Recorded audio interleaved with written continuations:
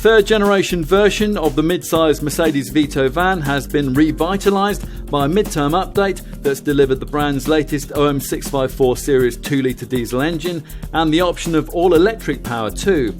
There's also a light visual update, improvements to safety kit and some extra equipment. As before, there's a choice of front or rear driven configurations and very class competitive load capacity and payload stats.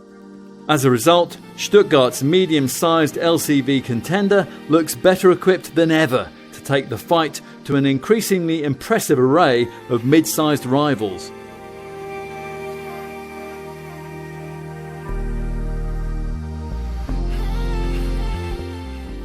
One of the things you learn early on in business is that the cheapest options aren't always the best ones, and that the way that you deliver your goods says plenty about them. Both things explain the appeal of the Mercedes-Benz of medium-range vans, this model, the Vito. It was first launched in third generation form in 2015, and then it received a wide-reaching package of updates in 2020, which created the model that we're going to look at here. The Vito model line dates all the way back to 1996, when the first generation W638 series design first hit the showrooms. It was replaced by a second generation W639 series model in 2003. Both these LCVs could only be had in rear-driven form, but from launch in 2015, the Mark III Vito widened its appeal by also offering front-wheel drive to customers of its lowest powered engine. Now that proved to be a good move. It led to over 530,000 sales of this W447 series design in its first 5 years of production. This facelift package accompanies the transition into a completely different era, with the Vitoria factory in Spain now all tooled up to produce an all-electric e-Vito variant with a 92-mile driving range. But, of course, conventional diesel versions like the one that we're going to test here today must continue. LCV folk will still be fueling from the black pump for a good few years yet, and those people are favoured with a significantly cleaner and more efficient all-new 2-litre OM654 series diesel power plant for the rear-driven variants. It's exclusively mated to a new 9-speed 9G-tronic automatic gearbox. In addition, there are also plenty of other changes in the range, which continues to include both crew van and tourer people carrying variants, as well as this conventional panel van, of course. Safety has taken a step forward with the introduction of new features which have filtered down from the Mercedes passenger car range. Active brake assist, that's autonomous braking, and also there's an optional Distronic intelligent cruise control system. There's also a fresh infotainment portfolio, and the brand has made a few subtle changes to the front-end styling and to the cabin. All the practical stuff, though, remains much as before. So customers get a choice of 3 body lengths and 2 main trim options. And this remains the only van offering the choice of front or rear-wheel drive in this segment. Payload levels and carriage capacity volumes are still extremely competitive, and this Mercedes is particularly strong when it comes to residual values, and that gives it surprisingly affordable lease rates. This all sounds really quite promising, doesn't it? So let's put this van to the test.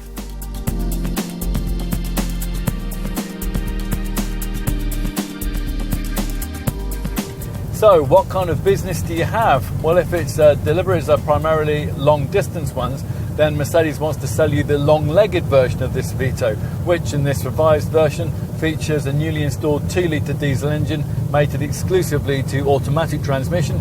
We'll get to that. If, though, as is possibly more likely, your company primarily makes urban-bound deliveries over shorter distances, then there are 2 quite different Vito options instead to consider. One is the all-electric e-Vito, and that's the variant that we'll brief you on in a moment. And one is a good deal more conventional, the 1.7-litre diesel engine, which props up the range. Now we'll start with that base diesel because that's the one we're trying here. The engine in question is basically the same one as you'll find in a rival Renault Trafic or Nissan NV 300 model, although Mercedes has extensively tweaked it for Vito use, primarily with the addition of its own ECU unit. It comes only with manual transmission and in 2 guises. There's a base 110 CDI model with 102 PS, but we'd highly recommend you find the extra for the uprated 114 CDI variant we're trying here, which ups power to 136 PS. That increases torque from 270 to 330 Newton meters, and that gives you a lot more mid-range punch, and it'll make jobs like towing easier. Up to 2 tons can be hauled along by this Mercedes.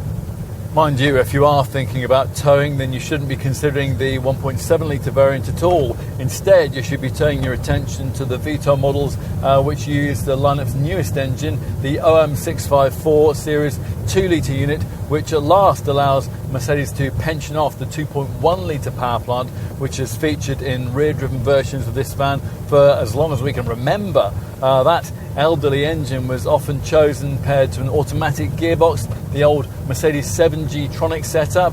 Its replacement gets a smoother shifting 9-speed 9G Tronic auto box, which, interestingly, Mercedes has made mandatory for all rear-driven Vitos, and which comes paired to 3 variants of the 2 litre diesel. The least powerful of these develops 136 PS and is badged 114 CDI, which makes for quite a bit of confusion with the smaller engine model. Your other 2 options give you either 163 PS in the 116 CDI or 190 PS in the top 119 CDI. You'd think that granting this van basically the same twin-turbo common rail diesel engine that you'll find in volume versions of the Mercedes E-Class executive model would be a recipe for relaxed refinement, and so it proves. As you might expect, this power plant has been modified a little for van use. It delivers more muscular low-end pull, but the relaxed cruising ability that characterises this unit in a C-Class or an E-Class, or indeed in this Vito's MPV cousin, the V-Class, is perfectly preserved. The rear-driven drivetrain makes 2 litre versions of this van feel just that little bit more composed on the road. You accelerate more smoothly out of corners, and you get better traction on slippery surfaces. Plus, there is the option of boosting towing capacity to 2.5 tons. For all that though, you can't help thinking that a front-driven Vito like this one that we're trying here today would be more than adequate for most companies. Unless perhaps they're urban-based operators choosing a mid-sized van like this with an eye to the environment and to the future, in which case Mercedes wants to interest them with the battery-powered e-Vito model that we mentioned earlier. Now, we expected the e-Vito to set a fresh standard for all electric vans, and we had good reason to do so, having quite recently reviewed the EQV, the all-electric version of that V-Class MPV that we mentioned earlier, whose design this Mercedes van shares. The EQV has a 100 kilowatt-hour battery that develops a 201 horsepower total output, and it can offer a claimed driving range of up to 213 miles between charges. That kind of thing is currently unknown amongst all-electric LCVs. That's a pricey confection though, pricier than Mercedes thinks operators will be prepared to stomach. So the e-Vito instead gets a battery less than half the size of its people-carrying counterpart, 41 kilowatt hours, and that's linked to an electric motor with a far more modest 116 PS output. The inevitable result is a far more limited 92-mile driving range, although this could fractionally rise to 103 miles in exclusive town use. That's not only rather limited compared to the EQV, more to the point, it's rather limited compared to direct EV mid-sized van segment rivals. To give you some class perspective, comparable 50 kilowatt-hour all-electric versions of the Vauxhall Vivaro, the Citroen Dispatch and the Peugeot Expert manage around 143 miles on a single charge. If all your business does is make low-mileage urban deliveries, that may not matter, and that's certainly what Mercedes is gambling on with this variant. Given that the brand already has the battery technology to do much better though, you can expect to see things change really quite quickly. And if we were choosing, we would probably hold off until that happens. Those who take the plunge now into e-Vito ownership will quickly need to assume mastery over the various provided drive settings if they're going to maximise the range possible. There are 3 e-Vito drive programs, C, E and E+, which alter the drive system to cut power use. Top speed is limited to 75 miles an hour anyway, while optimising ancillaries to boost efficiency. At the same time, you'll be using the provided steering wheel paddles to cycle through 4 brake recuperation levels. They're badged D-, D, D+, and D++. With D-, you get so much braking resistance when you come off the throttle that you hardly ever have to use your left foot at all. At the other extreme, with D++, the e-Vito will coast with virtually no off-throttle resistance at all. You would expect an all-electric Vito to be uber refined, which of course it is. What will impress you far more, though, is to try a diesel-powered version of this model, like the one we're testing here, and marvel at just how well the usual LCV diesel rumble has been suppressed. No other mid-sized van in this class can match this level of refinement, and when you combine that with the superbly supportive comfort spec driver's seat, which is now fitted as standard, the result is that longer journeys in this Vito are considerably more pleasant than you think they're going to be. This is, in short, it's the most comfortable van that we've ever tested, and we can't pay it any greater compliment than that. Not everything's perfect, of course. The ride's a bit firmer than you might be used to in a van of this sort, and you'll particularly notice that if you come from a French-engineered rival. Still, the body movement is supple and well controlled, and you'll quickly adapt to it, and you'll perhaps appreciate it if your delivery routes take in lots of country roads on which this Mercedes' well-controlled levels of body roll become apparent. As usual, the load that you're carrying will make quite a bit of difference to the handling. If that load happens to be people rather than packages, as would likely be the case if you'd opted for the crew van or the Tourer rear-seated versions, then you'll want the response to be a little softer and perhaps more cosseting than it would be in a panel van variant like this one. So the chassis settings for the Tourer model have been softened and fine-tuned for a slightly different remit, with detailed changes to everything from the spring rates to the support bearings and strut towers, from dampers to anti-roll bars and bearings. You can get the same package of softer suspension on the crew van variant as an option. This will make urban driving a little more comfortable, and that's an environment in which manoeuvrability has to be obviously prioritised.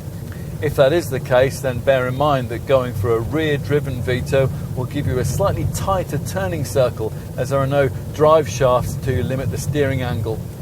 Whatever version of this Mercedes you've chosen, around town you might be glad to note that because of the fact that overall vehicle height has been kept to 1,910 millimetres, every variant, even those fitted with roof rails, will fit easily into a regular garage, limbo beneath the height restriction bar in a multi-storey car park, and will sail through car washes unscathed. Out on the open road, you might prefer a rear-driven variant fitted with the smooth-shifting 9G-tronic automatic gearbox, but the 6-speed manual that you have to have with this 1.7-litre diesel, although it is a little notchy feeling at first, is lovely to use on prolonged acquaintance. Mercedes calls this transmission Eco Gear, and that's labelling that refers to the way that its ratios are widely spaced for efficient running, topped and tailed by a very low geared first for snappier hill starts, fully loaded, and a long striding top to massage economy and refinement on the motorway. Otherwise, things haven't really changed that much. Some writers continue to criticise the foot-operated parking brake, but we must admit that we rather like it, or at least we do, since Mercedes included in this Vito standard specification a hill start assist system, which stops you from drifting backwards as you come off the handbrake before accelerating away from an uphill junction.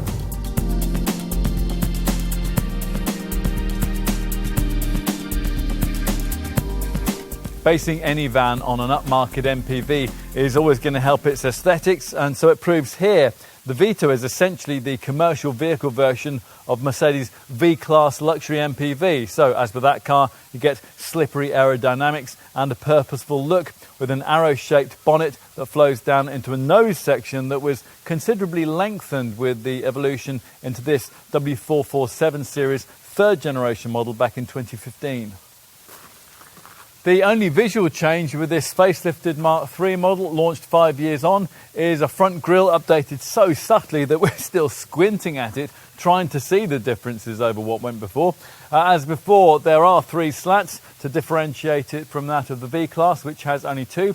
And also, as before, a big 3-pointed star dominates the centre of this appendage, and it's flanked by sharply contoured wing-shaped headlamps, which can be specified with an LED intelligent light system which adapts them to the road and the conditions.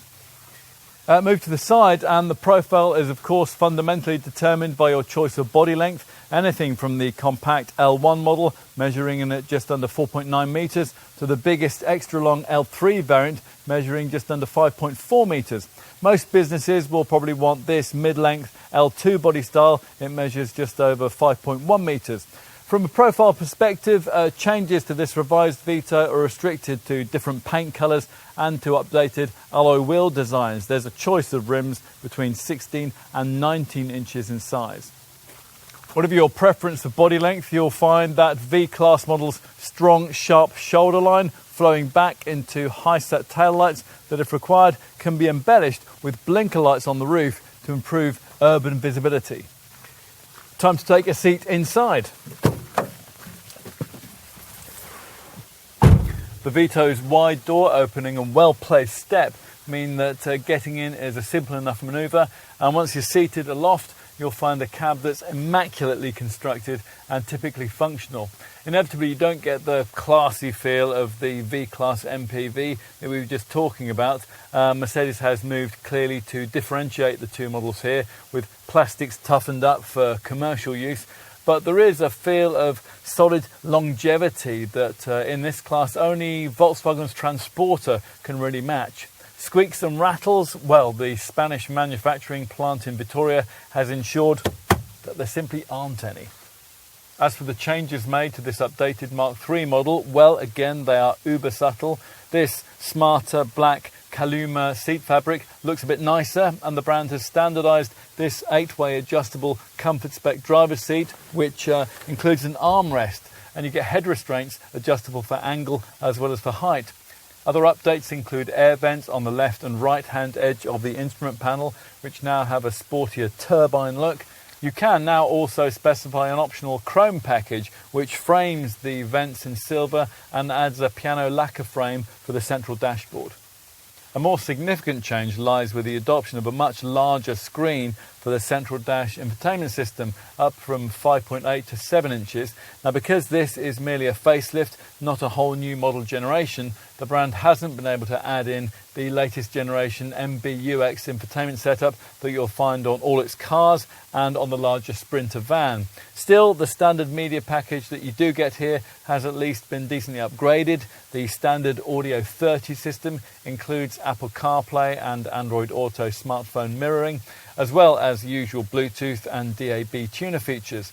The lack of the kind of voice control element that you would get with the MBUX setup is partially compensated for by the inclusion of a useful feature that direct rivals will make you pay more for, a rear view camera. Here we have the optional upgraded Audio 40 setup, which has navigation, but you don't really need that because the standard system's smartphone mirroring means that you can just add your phone-based navigational apps onto this monitor. Otherwise, things are exactly as before. A single passenger seat is optional, but otherwise there's the usual two-person bench-style passenger seat, which, as usual with this kind of arrangement, means that the legroom for the central passenger is impeded by this gear lever. For all that, though, you'd surely want this arrangement for emergency transport of an extra person, or perhaps merely for dropping the kids off at school on your way to work. The quality feel that we referenced earlier, well, that's exemplified by this smart 3-spoke multifunction steering wheel, which isn't set at such a bus-like angle as you will find in some competitors. Through it you view clear, round, classy dials, which are separated by an information display. Otherwise, most of the key controls lie on the centre console with its big durable buttons. Lower down the fascia, a smartly fashioned gear stick protrudes from an integrated moulding that's shaped to allow it to fall easily to hand. Some buyers might be less impressed by Mercedes' decision to continue with the foot-operated handbrake, which feels awkward on initial acquaintance. We think you'll quickly get used to that, though, and we reckon this solution is infinitely preferable to the option some rivals give you, either a fiddly fascia button or a conventional lever mounted between the seat and the door, which will snag your trousers as you get out. Onto cabin stowage, a failing of earlier generation Vito models. Now, we remarked on first acquaintance with this Mark III design back in 2015 that things seemed much better, but 5 years on, its failings seem more acute as competitor cabins have improved. It's now common in this class to get a central passenger seat which folds down to reveal the kind of table which could enable you to work with a laptop while you're waiting for a customer. You'll look in vain for that, and also for things like a clipboard holder which pops up into your line of sight, or a bespoke cradle to keep your smartphone in your line of sight too. You can't have any of those things here, even as options. Still, at least the basics are reasonably well dealt with, so there's less likelihood of the cab getting cluttered up with the McDonald's wrappers, the map books and the thermos flasks of everyday life. On top of the dash here, there are cup holders to the far left and the far right, and in between lie 3 large open stowage areas. Each has been partly covered by a top to prevent the windscreen reflections. Open cubbies flank the ventilation controls on the centre console here, with a further open stowage area beneath the gear stick. The door pockets are spacious and versatile too, with a small shelf halfway up for little items and a bigger one further down which can take larger things like drink bottles of up to 1.5 litres in size.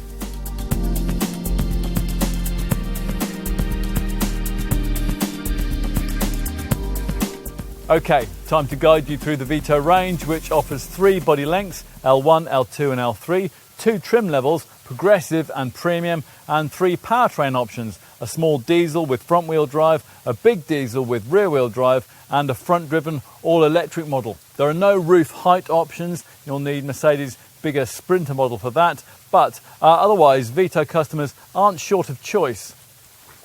Particularly as there are also 3 body styles. This panel van is joined in the range by a 6-seater crew van which has rear windows and second row seating in the loading bay, and there's also a Tourer minibus variant which can seat up to 9 folk in a vehicle which is essentially much the same as Mercedes' much pricier V-Class MPV.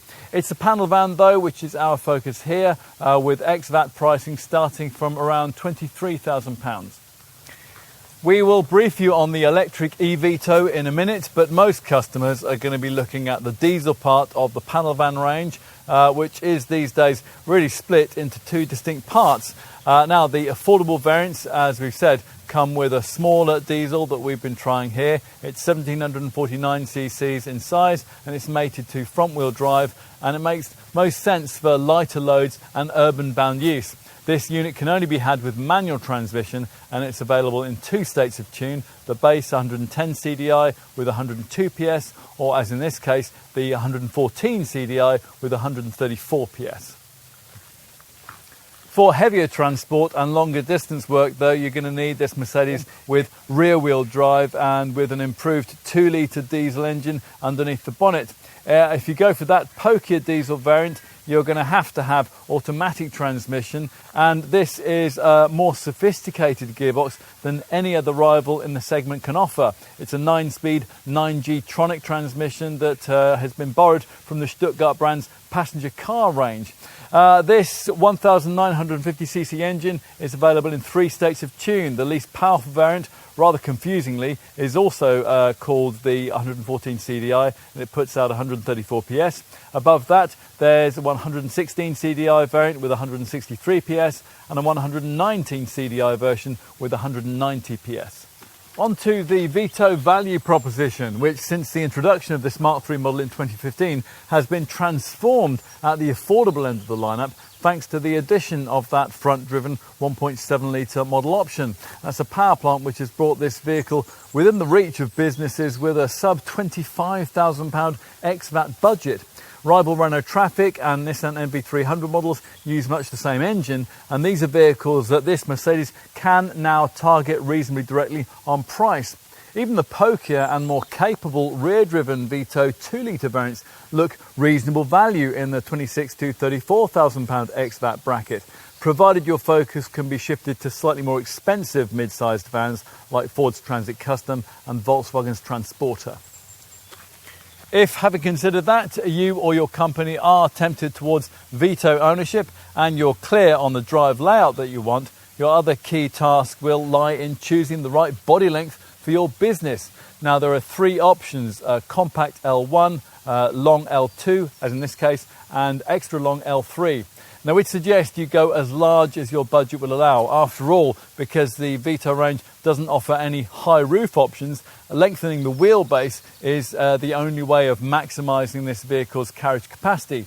And the premium to do that isn't especially great. To move from the L1 to the L2 body style costs an extra £400 ex VAT, with £530 more getting you the supersized L3 variant. Now, we mentioned the all-electric e-Vito variant earlier, which has a 92-mile driving range. With that model, you only get the two longer body lengths, L2 and L3, but the same two trim levels, and prices start from around £41,000 for a base progressive model. Almost all e-Vitos will be sold on finance, and at the time of this test in spring 2021, the base variant was costing operators £549 a month, including a service care contract with a £3,219 customer advance rental. You'll want to know about gross vehicle weight and payload capacity. All buyers of Vito panel van diesel models get a 2.8 tonne gross vehicle weight as standard. With the crew van, it's 3,050 kilos. Panel van customers can increase this to 3 tonnes or 3.2 tonnes at extra cost. As for payload, well, shop around the various engine, trim and body length options, and you'll find that this can vary quite a bit, between 646 and 818 kilos. The e-Vito only comes with a 3.2 tonne gross vehicle weight, and its payload capacity is between 890 and 905 kilos. Onto equipment. Even with base progressive trim, the Vito comes decently equipped with front fog lights, twin sliding side doors, heated powered mirrors, hill start assist to stop you from drifting backwards on uphill junctions, plus a full steel bulkhead along with a tough composite wood resin non-slip floor in the load bay, and also a proper full-size spare wheel to go with the standard 16-inch steel rims. All Vito buyers also get a Speedtronic variable speed limiter with cruise control and heat insulating glass. There's also a particularly good Thatcham Category 1 alarm package, which includes cab interior and load space monitoring with double locks, a battery backup and tow-away protection. At the wheel across the range, an 8-way adjustable comfort spec driver's seat with an armrest has been standardised since the last time we tested this van, as has a much larger 7-inch central infotainment screen, a higher quality Audio 30 stereo system complete with a DAB tuner, Bluetooth and Apple CarPlay, Android Auto smartphone mirroring. Also, there's a useful feature that direct rivals will make you pay more for, a rear view camera. To be honest though, we would rather have seen air conditioning make the standard spec sheet. All Vito buyers also get a trip computer, a locking glove box and a reach and rake adjustable multifunction steering wheel. The 3-person front bench, that comes as standard, but you can replace that if you wish with 2 individual seats if you really want them.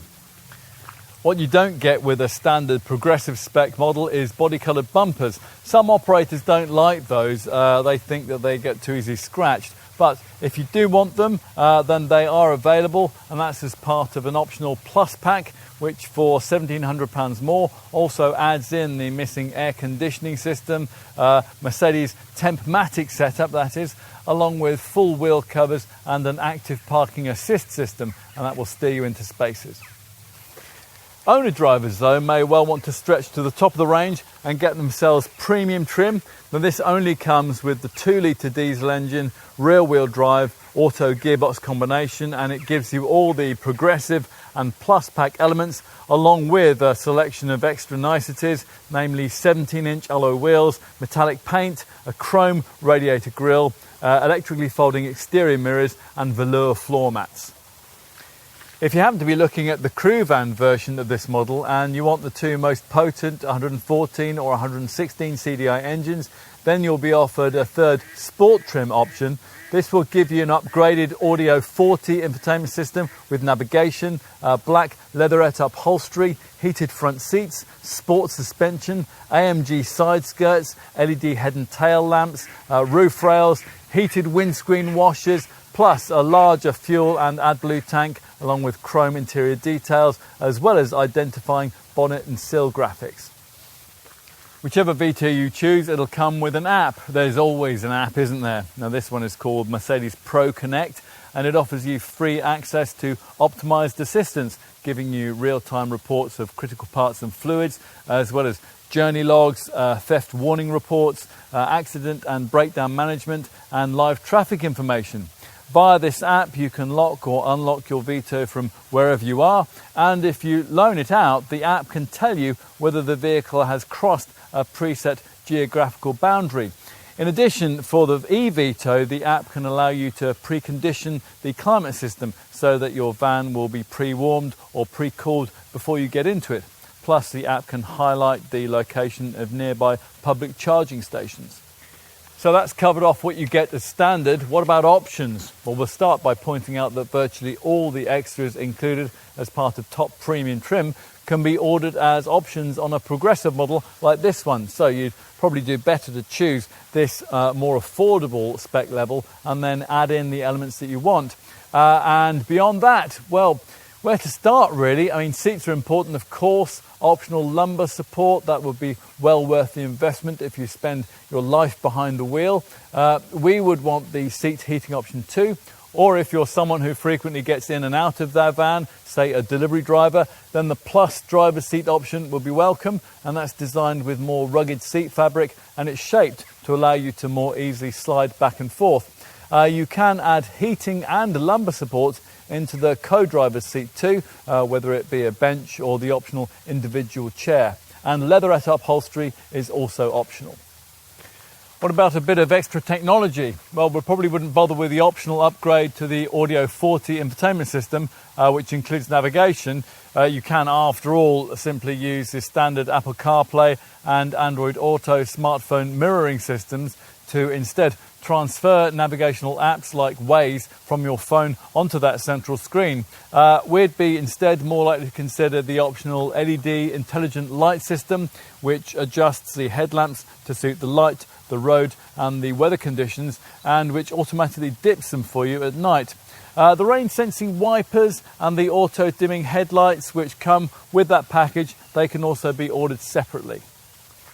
What about other driving orientated options? Well, if you regularly deliver to rough road sites, you might want the 10mm ground clearance increase.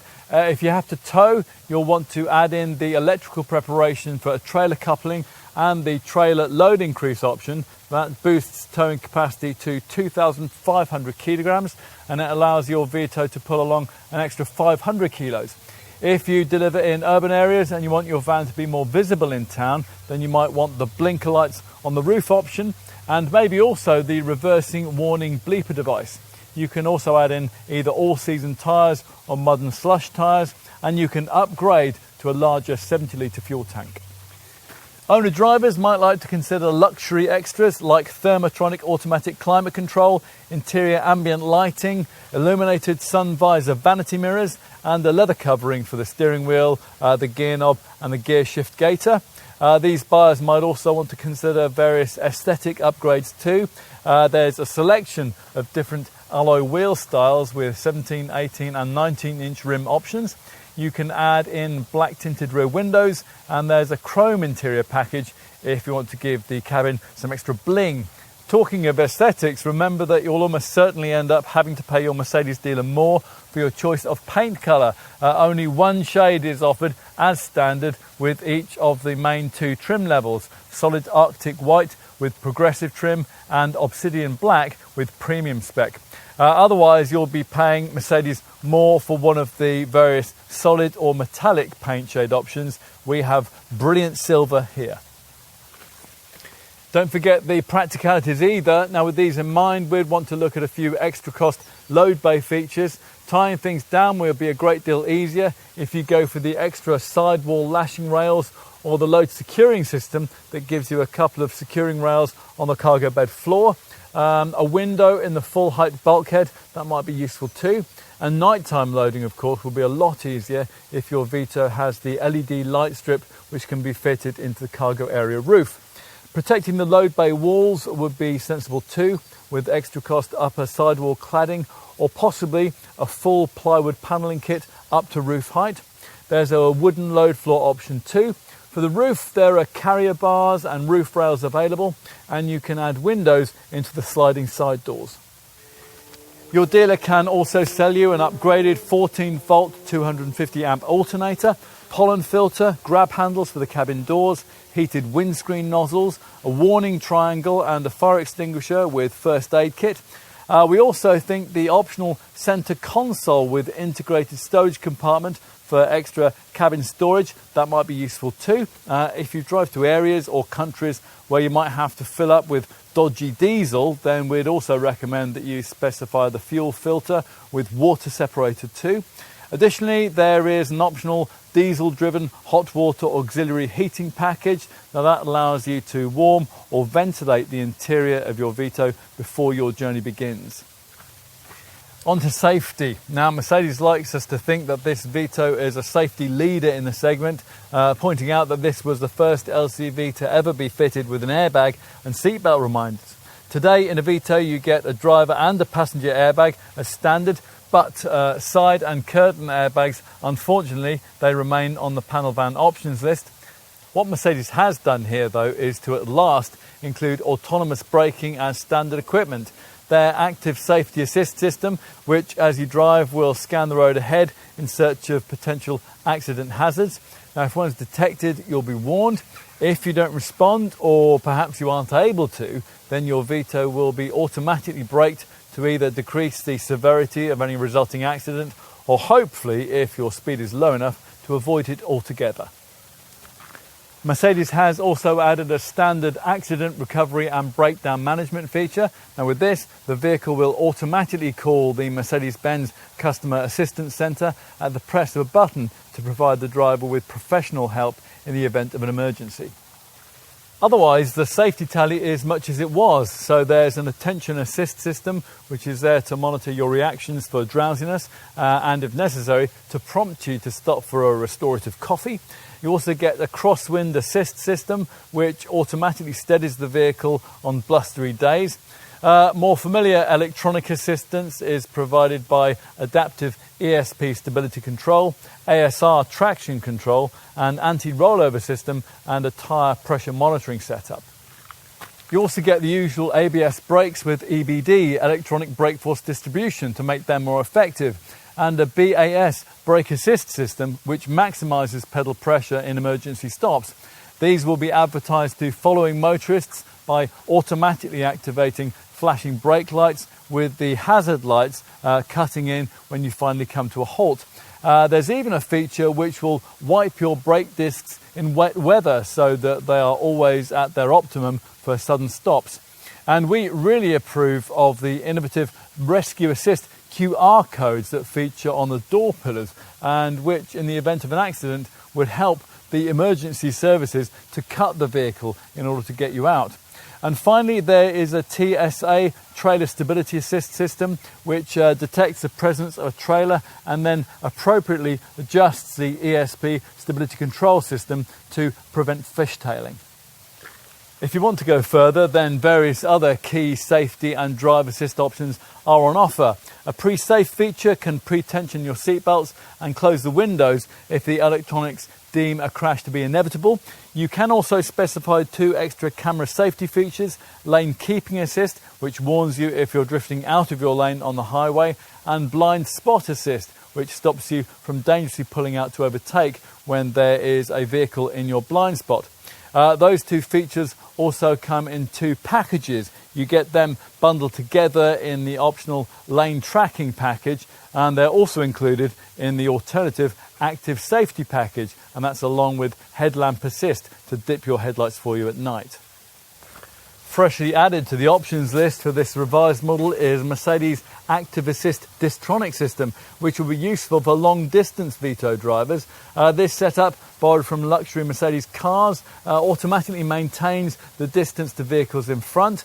The system accelerates the vehicle by itself and brakes it with a maximum of half of the vehicle's braking force to maintain a safe distance.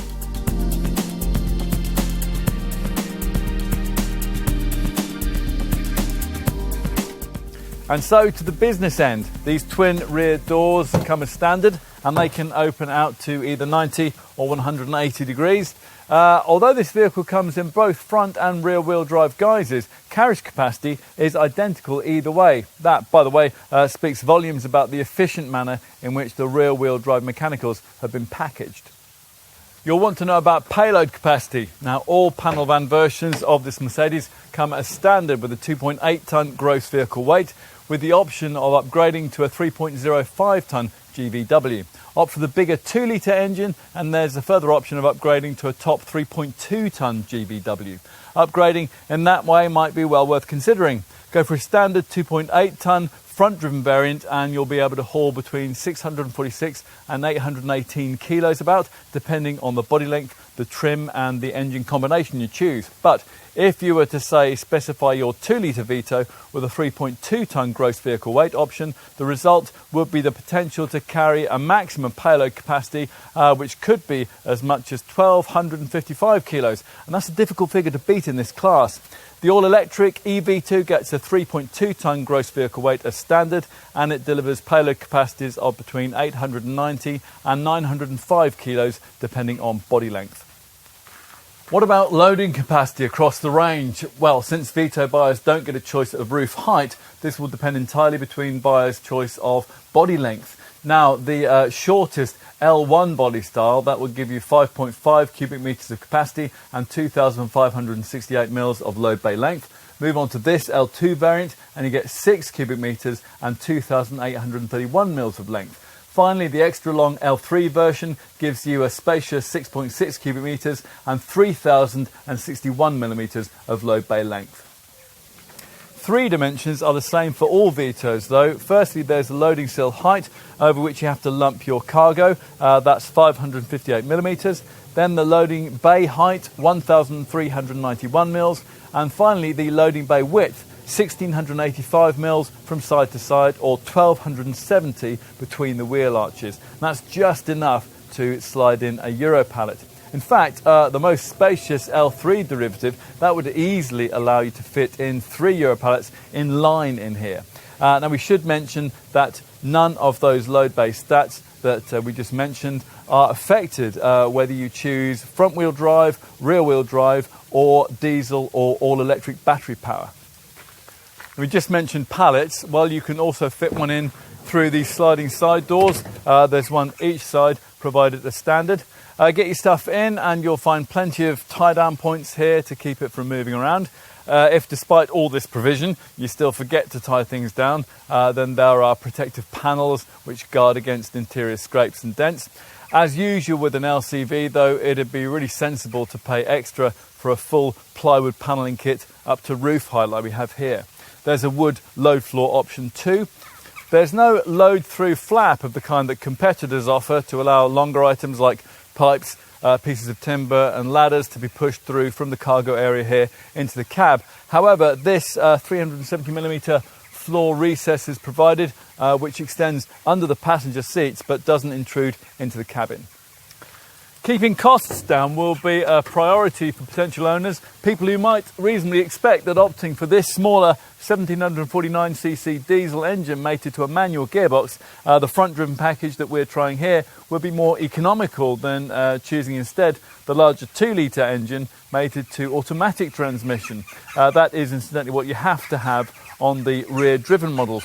Not a bit of it though. The 2-litre variants are considerably more efficient, and that's mainly because the 1950cc OM654 series power plant is a far more modern engine. It's able to improve on the efficiency showings of the previous 2.1 litre unit by up to 13%. How has it managed that? Well, here's the science bit. The 2-litre powertrain features innovations like high and low pressure exhaust gas recirculation, a diesel oxidation catalytic converter which cuts down carbon monoxide and unburned hydrocarbon emissions, a particulate filter with SDPF catalytic converter functionality, and there's an additional selective reduction catalytic converter with an ammonia slip catalytic converter in the exhaust gas duct. There's also an SCR catalytic converter for reducing nitrogen oxides that uses an AdBlue additive, and that's something that you'll need to keep topped up via the provided 24-litre AdBlue tank. Enough with tech talk, let's get on to the WLTP figures. Both diesel power plants do of course conform to the latest Euro 6D temp spec, and whatever state of tune you select with either of the two diesel engines, the figures are basically the same. With the 1.7 litre engine and progressive spec, the kind of manual gearbox and front driven Vito we're trying here, you're looking at up to 38.2 mpg on the combined cycle and up to 174 grams per kilometre of CO2. With the 2 litre engine and progressive spec, the rear driven auto gearbox Vito formula, you're looking at up to 39.2 mpg on the combined cycle and up to 157 grams per kilometre of CO2. Of course, if you're really interested in running cost efficiency, you'll be really interested in the all-electric eVito model. Well, you will be, providing your deliveries are mainly urban-based anyway. That's because the driving range of this full battery variant is a fairly meagre 92 miles. It's a kind of range that, well, for the time being anyway, is pretty par for the course amongst BEV mid and large sized vans. You can expect that capability to extend rapidly over the next few years though. The 92 mile reading is a combined figure, by the way. It will rise to 95 miles in rural driving or 103 miles in urban use, but it would fall to 85 miles on the motorway. All these eVito mileage stats are based on use of the eVito's balanced drive mode E. There's also a range extending E plus drive mode, which is supposed to help facilitate a longer range when it's combined with an anticipatory driving style. Now, to achieve the quoted results, you'll also need to make proactive use of the various provided brake regeneration modes, principally the two most severe ones, D and D minus. From a charging point, to replenish the 41 kilowatt hour battery, only 35 kilowatt hours of which is actually usable, Mercedes quotes a 6-hour charging time, and that's based on 3-phase charging.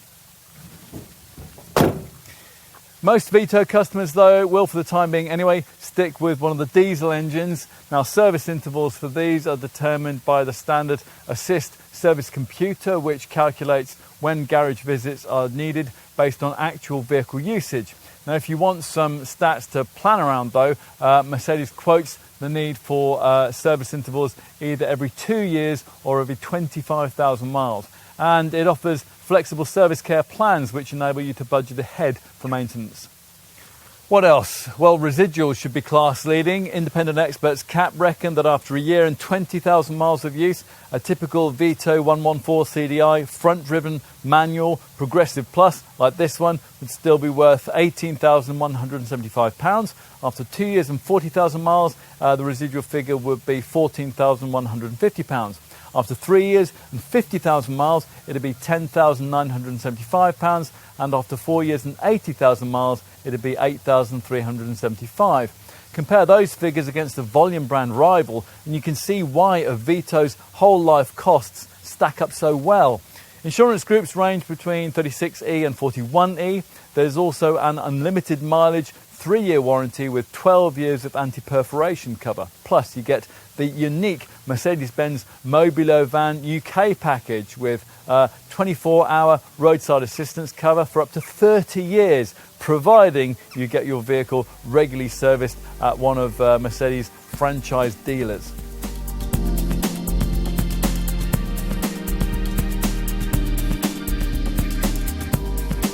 With this improved Vito model, Mercedes shows just how serious it is about the mid-sized van segment. The latest OM654 Series 2-litre diesel engine is a useful step forward, as is the option of an all-electric eVito model.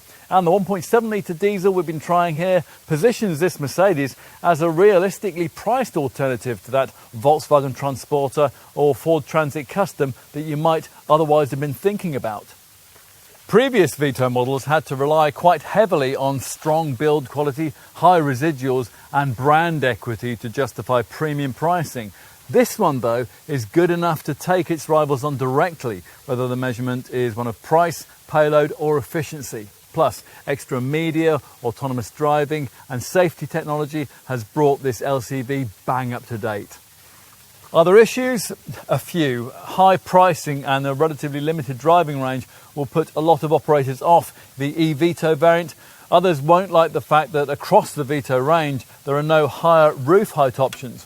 This test has reminded us that there's still more work that could be done in terms of entry-level engine efficiency, and whatever Vito you choose, you'll certainly be paying more for it than would be the case with a directly comparable mid-sized volume brand rival.